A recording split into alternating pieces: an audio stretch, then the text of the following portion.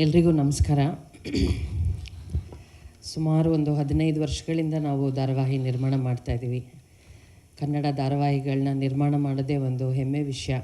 ಅದರಲ್ಲೂ ಕಲರ್ಸ್ ಕನ್ನಡ ವಾಹಿನಿಗೆ ಧಾರಾವಾಹಿ ಮಾಡೋದು ಒಂದು ವಿಶೇಷ. ಯಾಕೆ ಅಂದರೆ ನಾವು ಹೋಗಿ ಅವ್ರ ಹತ್ರ ಧಾರಾವಾಹಿ ಕೊಡಿ ಅಂತ ಕೇಳಿದ ತಕ್ಷಣ ಅವರು ಹೇಳೋ ಮೊದಲನೇ ಮಾತು, ನಿಮ್ಮ ಹತ್ರ ಒಳ್ಳೆ ಕತೆ ಇದ್ದರೆ ಕೊಡಿ ಅಂತ. ಇವತ್ತು ಎಲ್ಲ ಕಡೆ ನೀವು ಅಬ್ಸರ್ವ್ ಮಾಡಿದರೆ ರೀಮೇಕ್ ಟ್ರೆಂಡ್.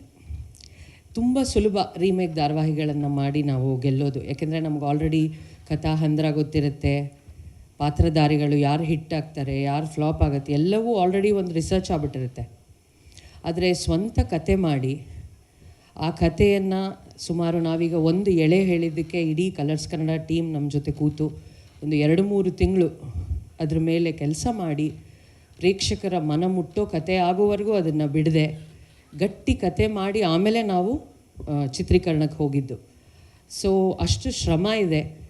ನಾನು ಕನ್ನಡದ ನಮ್ಮ ವೀಕ್ಷಕರಲ್ಲಿ ಕೇಳ್ಕೊಳ್ಳೋದೇನೆಂದರೆ, ನೀವು ಎಷ್ಟು ಸ್ವಮೇಕ್ ಚಿತ್ರಗಳು, ಸ್ವಮೇಕ್ ಧಾರಾವಾಹಿಗಳನ್ನು ಪ್ರೋತ್ಸಾಹಿಸ್ತೀರೋ ಅಷ್ಟು ಕನ್ನಡದ ಬರಹಗಾರರಿಗೆ ಕೆಲಸ ಸಿಗುತ್ತೆ.